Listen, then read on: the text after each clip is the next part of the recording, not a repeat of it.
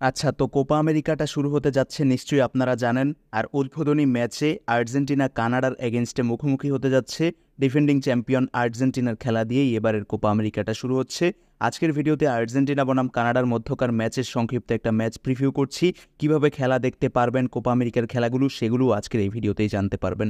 তো শুরুতেই যদি ম্যাচ টাইমিংটা জানিয়ে দিই, বাংলাদেশ সময় অনুযায়ী আর্জেন্টিনা কানাডার বিপক্ষে খেলতে নামছে 21শে জুন ভোর 6টায়, অর্থাৎ আগামীকাল ভোর 6টা। এটাই হচ্ছে আর্জেন্টিনা কানাডা ম্যাচের ম্যাচ টাইমিং। এরপর যদি লাইভ টেলিকাস্ট ইস্যুতে চলে আসি, বাংলাদেশি ফুটবল ফ্যানদের জন্য সবচেয়ে বড় সুখবরটা আসলে এখানেই। টি স্পোর্টস তাদের অফিসিয়াল প্ল্যাটফর্মে কিন্তু ইতোমধ্যে জানিয়ে দিয়েছে যে তারা এবারের কোপা আমেরিকা সরাসরি সম্প্রচার করবে।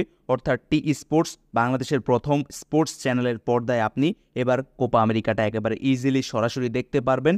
আর টি স্পোর্টস অ্যাপেও কিন্তু সাবস্ক্রিপশনের বিনিময়ে সম্ভবত কোপা আমেরিকাটা দেখা যাবে। অর্থাৎ লাইভ টেলিকাস্ট ইস্যুতে আমাদের আর খুব একটা চিন্তা করতে হবে না। তাছাড়া সবসময়ের মতোই নানান আনঅফিসিয়াল অ্যাপস ওয়েবসাইটেও আপনি লাইভ এই ম্যাচগুলো তথা কোপা আমেরিকা দেখতে পারবেন।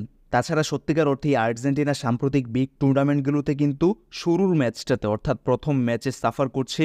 সর্বশেষ কোপা আমেরিকাতে আর্জেন্টিনা প্রথম ম্যাচে চিলির বিপক্ষে 1-1 গোলে ড্র করেছিল। সর্বশেষ বিশ্বকাপের প্রথম ম্যাচে আর্জেন্টিনা তো সৌদি আরবের কাছে 2-1 গোলে হেরে গিয়েছিল। আর তাই কানাডা তুলনামূলক দুর্বল প্রতিপক্ষ, 49 নম্বর র্যাঙ্কিংয়ে থাকা এই দলটার বিপক্ষেও আর্জেন্টিনাকে সাফার করতে হতে পারে প্রথম ম্যাচে। তবে আর্জেন্টিনা ইজি একটা জয় তুলে নেওয়ারই সর্বোচ্চ চেষ্টাটা করবে।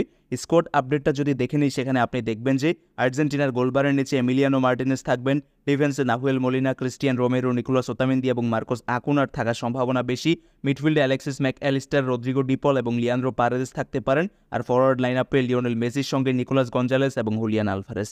এটা হতে পারে আর্জেন্টাইন পসিবল 11। তবে সেক্ষেত্রে ফরওয়ার্ড লাইনআপে আনহেল ডিমারিয়া কিংবা লাউতারো মার্টিনেজও ঢুকে যেতে পারেন, যেমনটা ঢুকে যেতে পারেন মিডফিল্ড পজিশনে এনজো ফার্নান্দেস, কিংবা ডিফেন্সে ক্রিস্টিয়ান রোমেরোর সঙ্গে আমরা লিসান্দ্রো মার্টিনেজকে দেখতেই পারি। আর কানাডা তুলনামূলক সহজ একটা প্রতিপক্ষ হলেও নিজেদের দিনে আসলে সর্বোচ্চ চেষ্টাটাই তারা করবে।